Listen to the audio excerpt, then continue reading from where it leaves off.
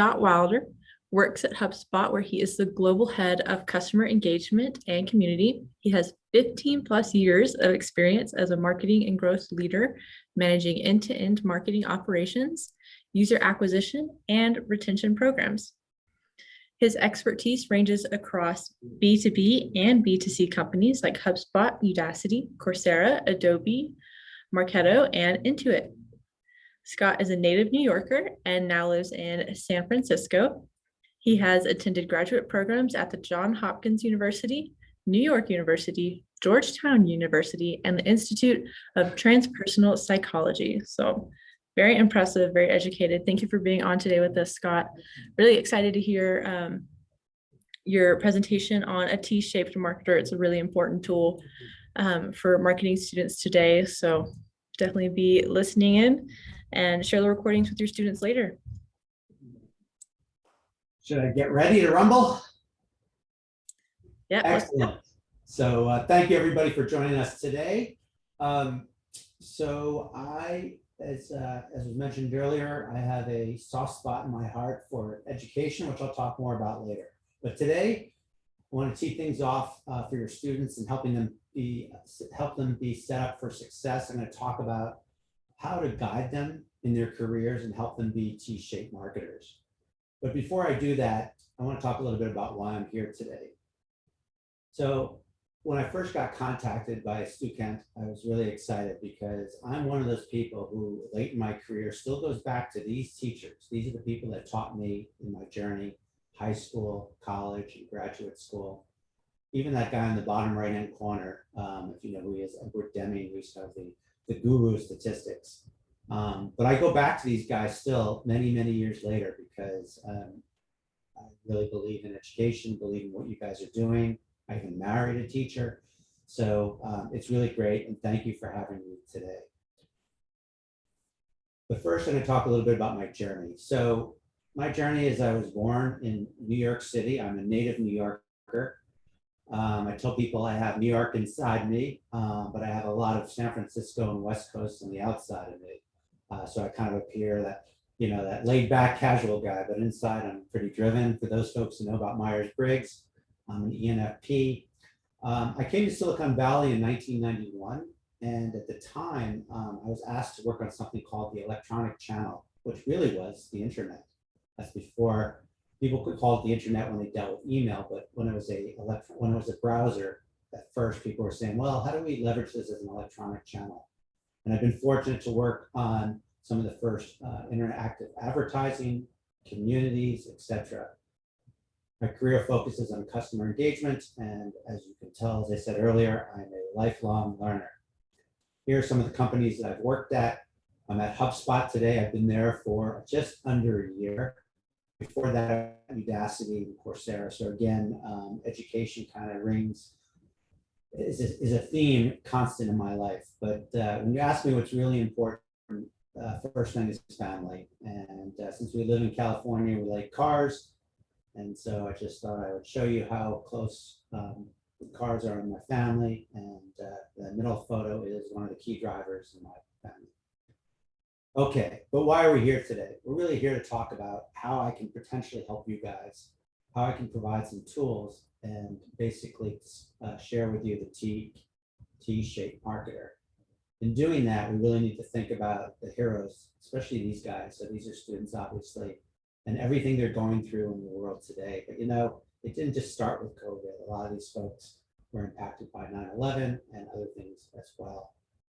They're dealing with a really tough job market. You know, even though things are beginning to turn around, unemployment, 33.8%, all graduates unemployed. I think one of the challenges for us as educators is that, you know, many students say they're not retaining what they learn in the classroom. So one of the things I want to talk about today is how you can leverage those life experiences and integrate them into the classroom. And then they also feel underqualified, especially when it comes to digital marketing. In terms of the drop-off, the labor force drop-off, or labor force participation after COVID, it's even more dramatic than it was after the Great Recession. But when I go on LinkedIn and I look at the data on LinkedIn, they say there's a huge opportunity for marketing. 63% increase in marketing jobs over the last 6 months, according to LinkedIn, 380,000 jobs and 17,000 remote marketing jobs. And, one question is, as we think about preparing marketers for the future, how are they thinking about T-shaped marketing? When we look at the jobs that are increasing in the marketplace, basically, if you look at the top 6 or 7 jobs, they're all related to marketing. So it's a huge opportunity for marketing right now. It's marketing's time. Okay, so let's get down to the bread and butter of the presentation and talk about the T-shaped marketer. So basically, the T-shaped marketer says, horizontally going, that it's really important for students, marketers to have a broad experience. But in doing that, it's really important to double down on 2 or 3 skills. And that broad experience is extremely important because, a lot of people aim for big companies like HubSpot to work for. And we do have a lot of specialists in our company, but the other 99% of the companies out there, the mid-sized companies, the smaller companies, are really looking for that well-rounded marketer, that T-shaped person. I think of a quote from Steve Jobs when he said, and I'm in marketing technology, and Jobs said, technology alone is not enough. Technology needs to be married with liberal arts, humanities, and other areas. And that yields us the results that make our hearts sing. So when I think about the top part here, in terms of that broad and general experience, it really fits nicely with kind of the multi-interdisciplinary study approach. Right? We see an increase in this area. I see some people are raising their hands. I'll try and answer your questions, but I probably will spend the last 15 minutes and address your questions. That's probably going to be the best thing here. So when I think about the top part here, and some of you might know the T-shaped marketer, when I did a lot of research before this and saw that it tends to be pretty vague and pretty broad in terms of how internet sites talk about it. What I tried to do here is, when you look at the horizontal part of the T, is really highlight 5 different areas that you can work with your students on in terms of really getting that broad experience and becoming a generalist. The first area is around life and what extracurricular activities they do and how they can apply it to the classroom. The second thing is interests, and this is really around interests outside of marketing. Third area is the foundation of marketing. Another thing is trends, like how you can leverage those trends that exist today and prepare for the future. I'm a great hockey fan, and Wayne Gretzky always said, like, he likes to skate where the puck is going to be. And so I think there are ways. You don't have to be like, you don't have to be a fortune teller or have the crystal ball and be able to predict the trends on your own. There's definitely ways that you can research these trends. When we start in terms of the first area, it's really important for, as you think about being a T-shaped marketer, is identifying what you're passionate about. So students, when you look at the extracurricular activities that students are involved in, I think it's a real neat opportunity to really incorporate those into the classroom. Whether it's team-based projects, whether it's building things, whether it's somebody has an expertise in something. When I was in graduate school, I did a lot of music on the side, and basically I started doing all my projects around music and marketing.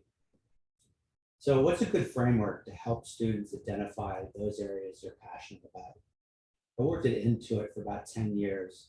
And I would say that even though I'm at HubSpot right now, I probably have more Intuit DNA in me, and it really influenced how I think about my career. So Intuit came up with this approach where you basically are mapping out your life, your journey, and at the top part, you highlight those activities where you had the most energy, and the bottom part is obviously where you have the least energy. I'm only 20, but I'll map this out to 50.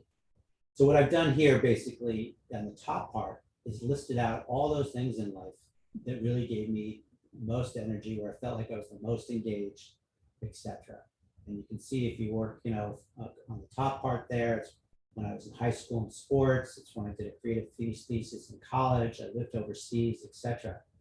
And the bottom part are things that I didn't have as much energy in. And so what you can do with your students, and this is a great exercise, I do this at HubSpot today, and you can basically work with the team, work with your students and say, okay, let's plot out our lives. And then after you do this, let's figure out the themes that come through here. So for me, the themes were like being in a leadership role, being in sports. At graduate school at Johns Hopkins, I did a lot of negotiation. When I was in business school, did a lot of work around information systems, a term that was more common then. And so you really take these themes and figure out, okay, I have these themes, how can I apply them to my career? And for me, international business, technology, teamwork, I don't do that much around sports today, but that's another thing that I've always tried to figure out how to apply it. And so when you look at the top part, that horizontal bar, the first area is around what extracurricular stuff we do. The second area, the second row, is really focusing on non-marketing courses to help create a well-rounded student. Now, I have to admit, when I went to school, and I probably went to school too many, I went to too many institutions, and I tried lots of extracurricular activities, and I tried lots of courses outside my discipline. So I probably spent too much time kicking the tires there. But one thing you can do is, if you're not sure which courses to take outside, say marketing, whatever, you can look at what certain areas that companies are trying to hire for, right? I mean, at the end of the day, you're going to school and you want to do what you're interested in, but you also want to say what's a different area that companies are going to be interested in down the road. And so here's really a nice chart that highlights those hard skills and those soft skills, and then you can figure out where to double down on. So on the right-hand side, you might say, I want to work on my communication skills, and I want to work on your leadership skills, emotional intelligence, etc. What's really interesting at HubSpot, I would say we have kind of a mini version of doing this. We have a HubSpot rotational program where we really try and, if I'm a marketer, we really want to get those marketers who have started, these are people who just graduated from school. And so we try and get those recent graduates exposed to different areas of the company, right? So we might put them on customer service or customer support for 6 months. We might put them in a product team for 6 months and rotate them. This is something Intuit does, and more companies in Silicon Valley are doing this.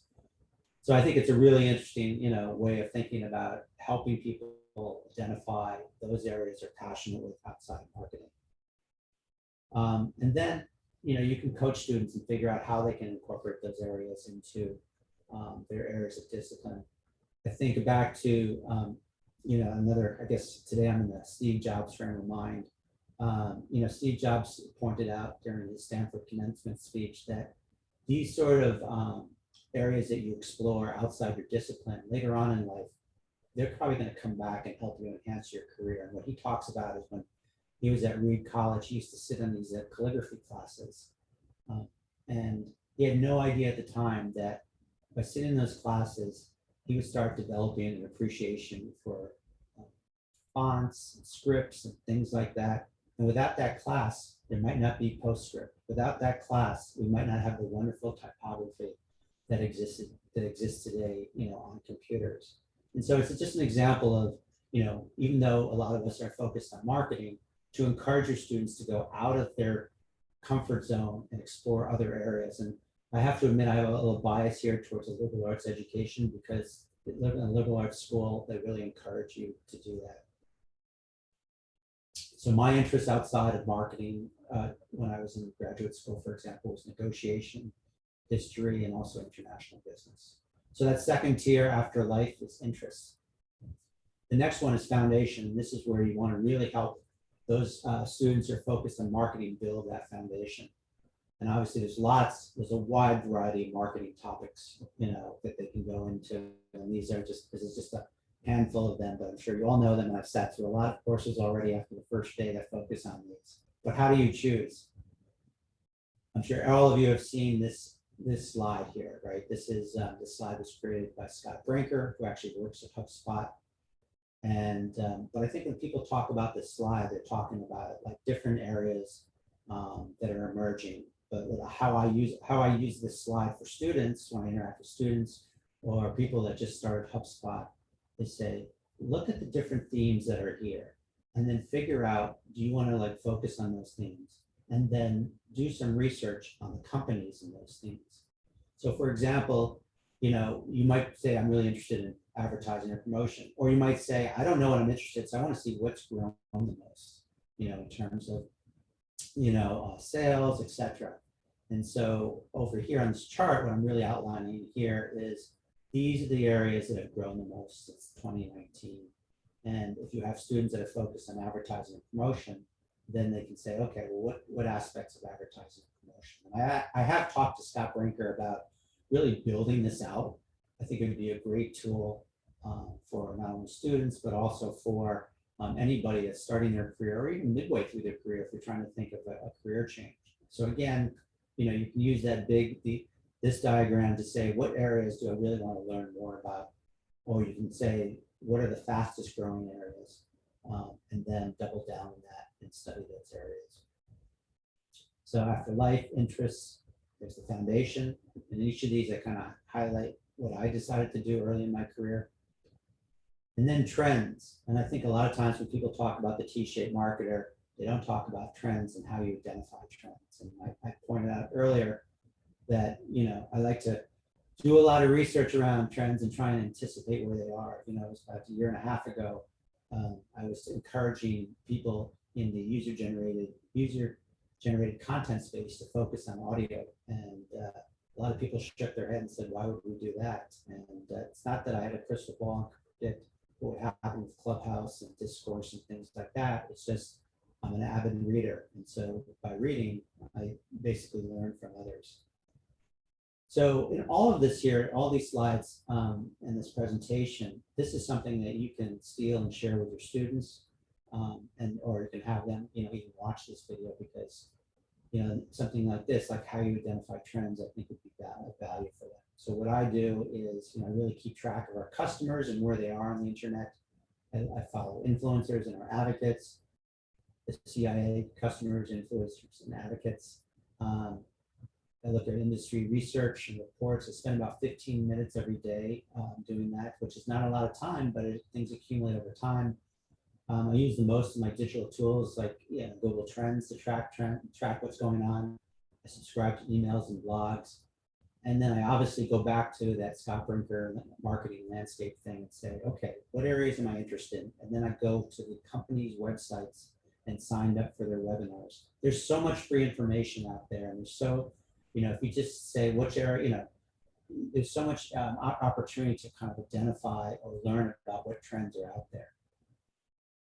And here's Google Trends. Hopefully you all know this. Here I just did a random search on Trump, Biden, China, and COVID. And it's just a nice way to get a quick sense of what people are searching on the web.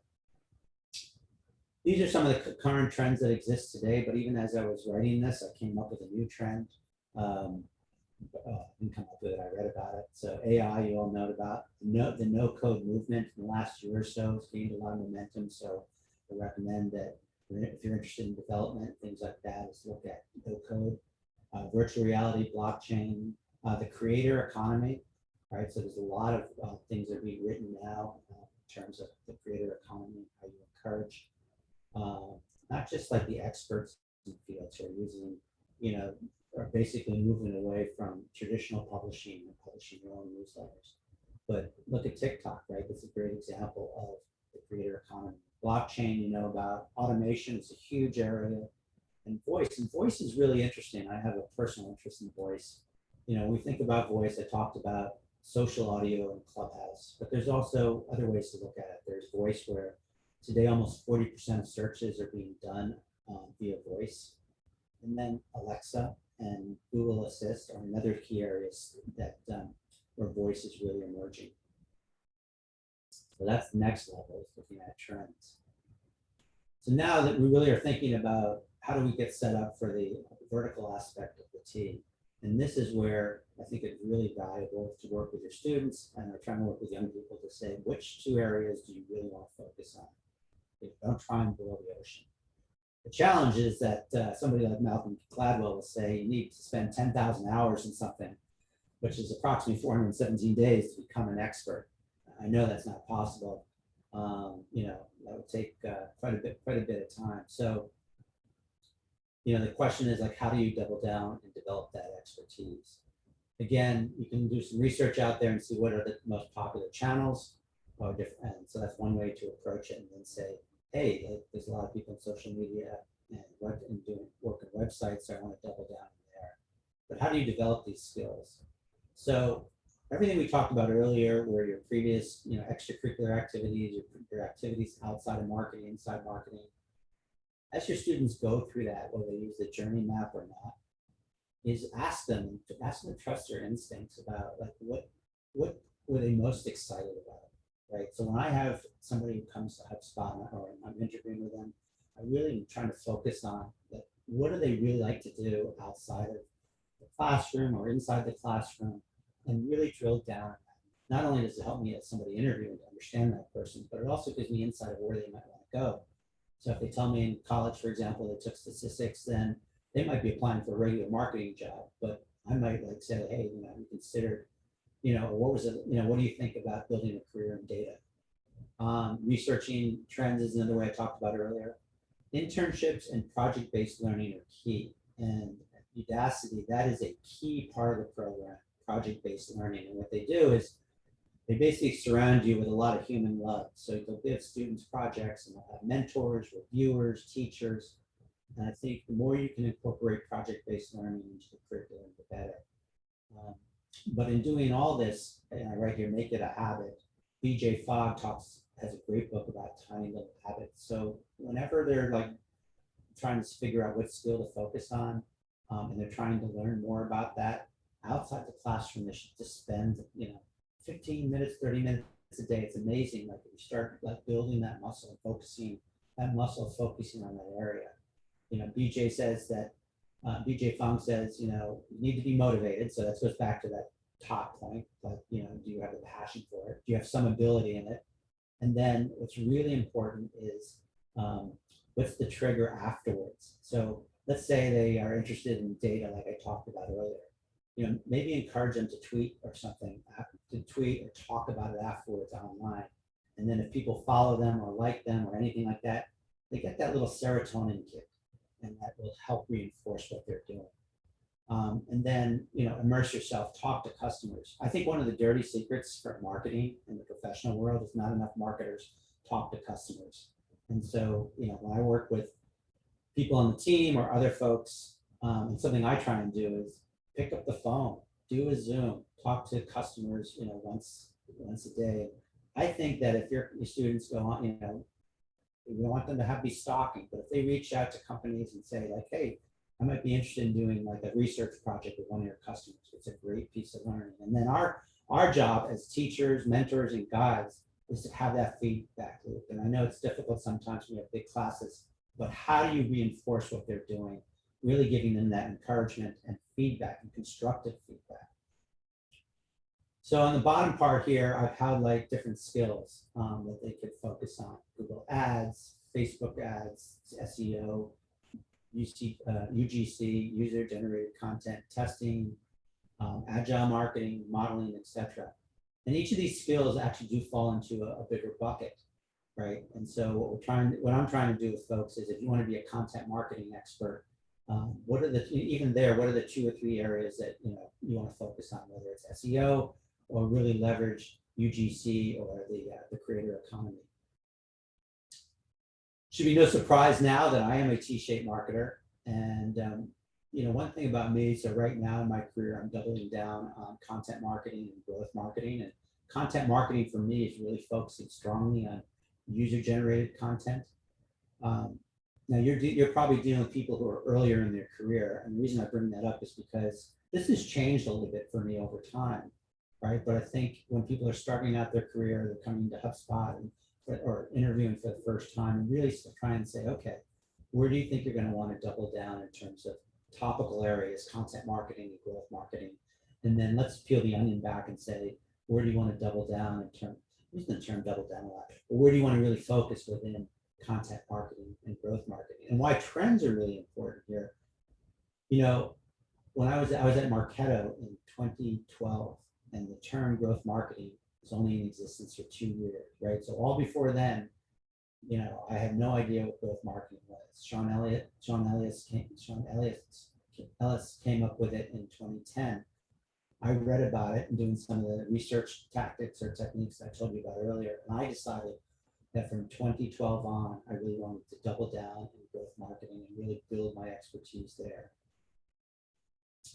Here's an example of a T-shaped SEO marketer.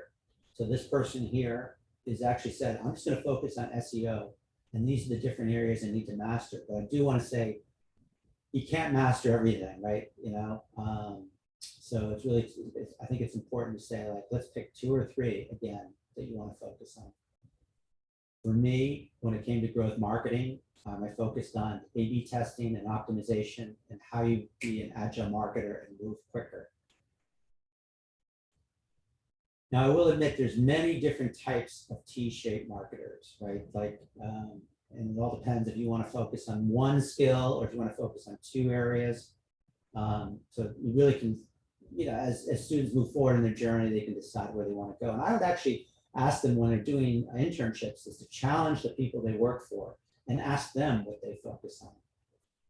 So companies like HubSpot love T-shaped marketers. Why?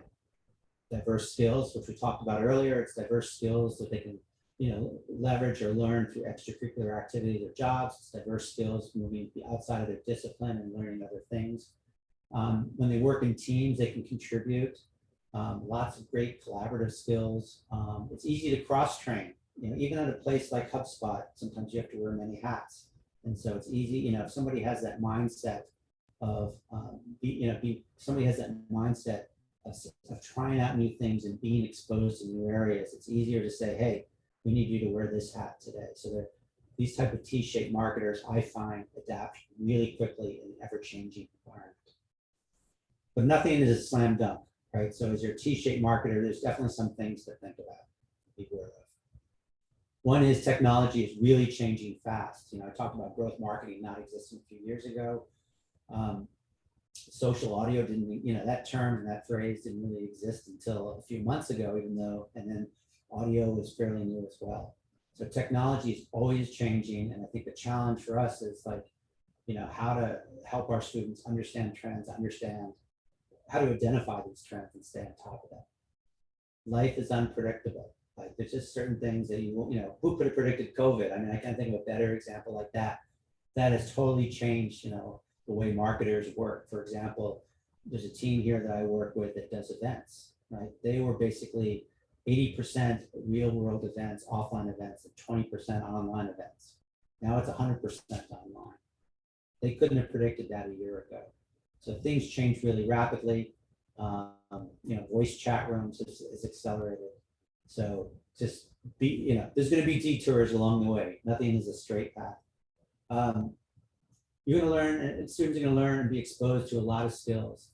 So I think one of the things is to help them stay focused, right? So one of the ways I do that, there's a lot of distractions with new technologies, new ways of marketing. So I basically focus on 2 areas, but then I have what I call the virtual garage, where I basically write down areas that I want to learn later on. And then down the road, I'll say, okay, if I have a long weekend or if I have time off, I'll basically go into that virtual garage, go into that Google Doc and say, what do I want to learn today? These skills also have a short shelf life. Think about it. Some 70% of the skills that we're learning today could be obsolete tomorrow. Automation is changing things really rapidly. So the question is, how do you prepare your students for the future? Again, I think this whole thing about trends and building that growth mindset, I talk about growth marketing, but also the growth mindset is really important because that will make them more adaptable later on. How they get hired, right? So 35–40% of the US economy today are free agents or part of the gig economy. That's only accelerating. So the job interview might be very different later on. They might work through an agency. They might go online through Upwork and just get hired immediately that way. So as a student, as somebody looking for a job, like how do you showcase your talents when companies are hiring less and less full-time people and more freelancers? I could do a whole presentation on freelance economy. And I think, I've thrown out a lot of kind of systematic approaches here to T-shaped marketing, but at the end of the day, it's really important to have fun. And I know that sounds really cliche, but when I do a job interview with students, I really, I do talk about extracurricular stuff, but I also ask, what do you do for fun? You think about your day. Your day is broken up into 3 8-hour blocks.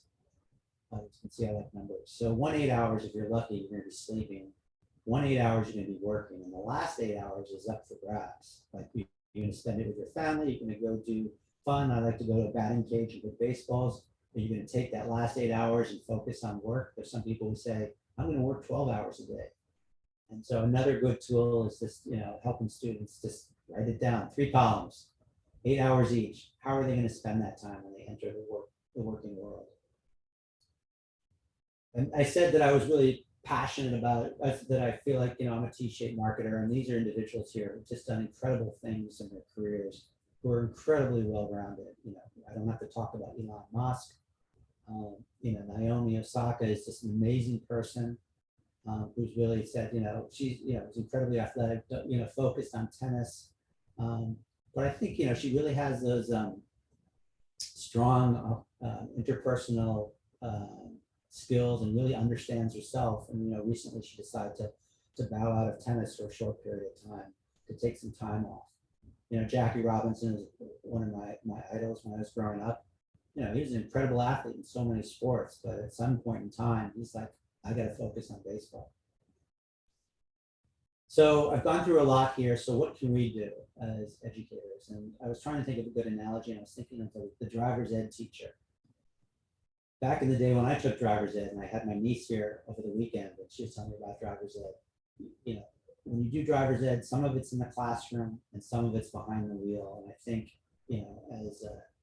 as educators, guides, and mentors, I think we play an incredible role, this incredible opportunity to do that, academic stuff in the classroom, but also do that real life stuff and help students get, whether it's get projects with companies or internships with companies, and be there for them. And, every once in a while you might have to grab the wheel and help them. Think about the T-shaped and all the different levels that I outlined here in terms of the life experiences. Help them take inventory of their past experiences, which I think will help identify future things. Outside the classroom, help them, explore classes outside their discipline. Again, I talked about a liberal arts school that really encouraged that. I don't know a lot about the schools you're at. I know, people talk about trade schools, etc. But I think, going back to that Steve Jobs example for calligraphy, or I took East Asian studies, and then I ended up working in Asia, 15 years later for about 2 years. Obviously, we're here as marketing teachers and professors, and so helping, figuring out what the courses they should take, focusing on trends, and then really defining those 2 or 3 areas that they should focus on. Okay, a homework assignment. So if you want to do it, be like a driver's ed teacher, pick a few students, 1, 2, 3, or 4, and maybe take them through this presentation, and maybe ask them, to ask them what sort of skills they want to develop, what's their true north and where they want to go. Maybe you have to take the wheel and help guide them more. And there's a few tools that I've talked about today that you can use, all of this framework for. Maybe you want to do it at a group level. So I'm not the kind of person who's going to say you should do this without me doing it. So every day, like a good parent, I'm trying to teach my kids something. And there's many reasons I do that. I'm trying to be a good father, trying to be a good guide.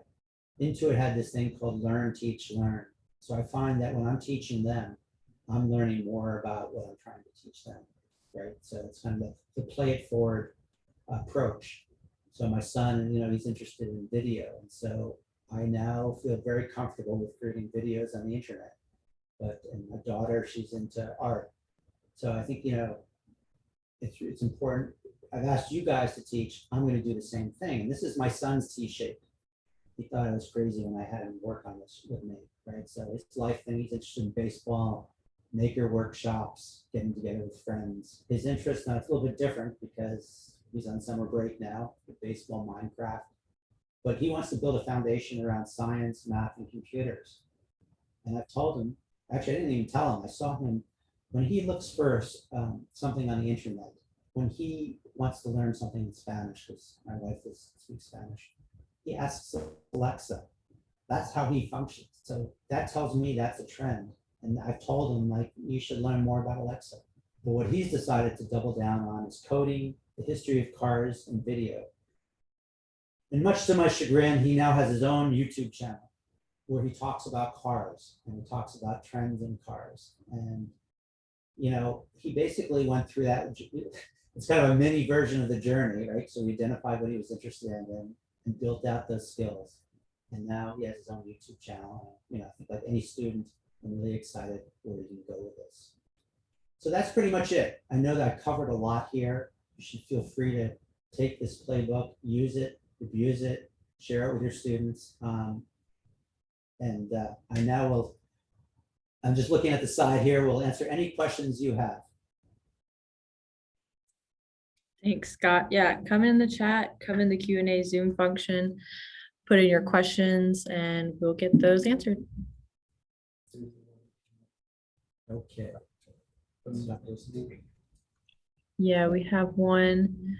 How do you factor in the role of building meaningful social connections / relationships in the T-shaped model? Say that again, how to build meaningful relationships in the T-shaped model? Building meaningful social connections.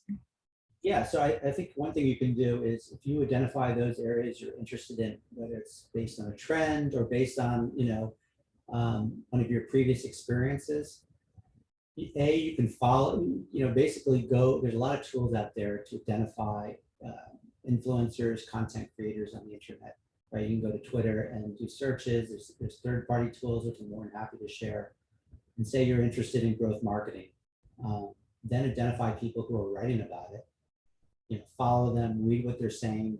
And I think you'd be surprised that, you know, if your students reach out to them, I would say every student that's reached out to me, I respond to and try and talk to. I think, you know, people really want to help students. And so it's a great opportunity for them, but you have to identify those people. So using those tools, you can do that. Thank you. We have another one from Joanne. She seems to have trouble, or her students don't have a lot of motivation when it comes to this, lacking passion. How do you help? Any tips for that? Well, if you can get their attention, I would do that journey line. I would like say, okay, let's think through about, if you're not sure what you're passionate about today, maybe we look back and see what you were passionate about earlier. But maybe don't frame it that way. Maybe say like, let's just plot out like things that you've done in your life that you've loved to do, right? Like maybe they said they played a team sport. Maybe they took an art class. Maybe they like to be with their friends. You know, there's many people, you know, not just students who come to HubSpot. And, you know, I always say to them, you know, what do you want to do in 6 months to a year? And sometimes I get these blank faces. And that's not too far away. So I will go to the virtual whiteboard or old school blackboard with chalk and say, let's just plot things out, right? Look, so you did this sport and it was something you were really happy, you know, when you were doing. You love Minecraft, right? You did Minecraft. What was it about Minecraft about it? Like maybe we can find something similar to that. And from Minecraft, you know, how does that, you know, you can think about how marketing might apply to that. Hey, there's people out there blogging about Minecraft, right? Maybe you want to like reach out to them. Exactly. I did kind of the same thing on my own when I was deciding what I wanted to do in school, taking little bits and pieces of things that I enjoyed and what about them did I enjoy, and it kind of just led me to digital marketing. So we have another question in here. It seems like CRM is a big part of higher ed marketing programs that gets overlooked. What are your thoughts? Should we be doing more? I think you should. CRM is a huge growing opportunity. I mean, I come from HubSpot, and you know, our tagline is basically helping scaling company. We basically are saying we're a CRM company now. So I think it's a huge opportunity for many reasons, and right, because that's the place where companies are going to keep the most customer information. That's the place they're going to use to do automated or trigger-based programs, right? That's the place where they're going to use the data to personalize communications. I definitely recommend it. And if you want, I can talk more about like different approaches to take. I would definitely, you know, look Google's Salesforce and CRM, HubSpot and CRM. Those are great places to start. I'd also do CRM and customer engagement. Awesome. So any other questions y'all got? So one about virtual classes. Students Mhm. shared last semester had no idea who was in a virtual class. I don't know if this is so much a question. It's funny. So in my home, I have my wife who's a teacher doing a virtual class, and I have my two kids doing virtual classes. So I have some experience with that. It's really tough, right? There's a lot of distractions going on, and I think one thing is where projects maybe can help with this. So I watched, in the other rooms in the house where students doing projects together kind of gets them engaged because they are interacting with their friends. But look, I'm not going to sit here and say like it's a slam dunk. My heart goes out to all of you guys who are teaching because it's been really difficult. Other questions?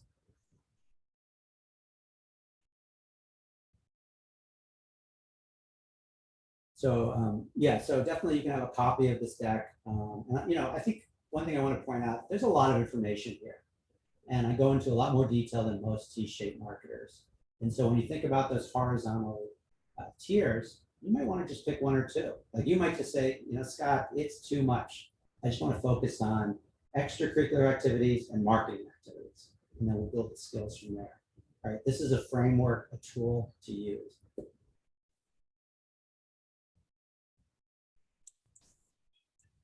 Joanne says she's going to be using your personal assessment model this week. That's great. Yeah, I think, who am I to give you homework? But I think anything you can take from this and start doing, next week would be great. Like I said, Google and some of the other places I work, they love to say dog food's really important. And so whenever they create a product, they call it dog food because all the employees have to go pound on the product and find the bugs. So I'm going to eat my own dog food today and find another young person and introduce to them this T-shaped marketing. Awesome. Well, I think that's all the questions we have. Thank you so much, Scott. Yeah, Trevor said we love HubSpot here at Stukent. Definitely using it like every hour. Well, I want to just thank everybody. Like I said, I'm very passionate about education. I was a soft spot in my heart for teachers and professors. So let me know how I can help you out at all. Hats off to all of you. And I hope you get time off this summer. Yeah, hope everybody has a great summer. So Virgil just posted in the chat the links to the 3 boot camps happening in the next hour. We have Mimic Consumer Behavior Simulation, Mimic Digital Marketing Analytics Simulation, and Mimic Market Research Simulation. So definitely don't miss out on those. There's going to be a lot of value included. So thank you, everybody. Great to see all the HubSpot fans here. Actually, I call you guys HubSpot heroes. Good to see all the heroes here. Sorry, we had the wrong bootcamp links. It's actually going to be the PR simulation, the Mimic Analytics simulation, and the Mimic Marketing Principles simulation. So don't miss out on those. The other ones are coming in the next hour. All right. Scott posted his LinkedIn. Make sure you connect. Thank you guys for coming today. Thank you. Take care.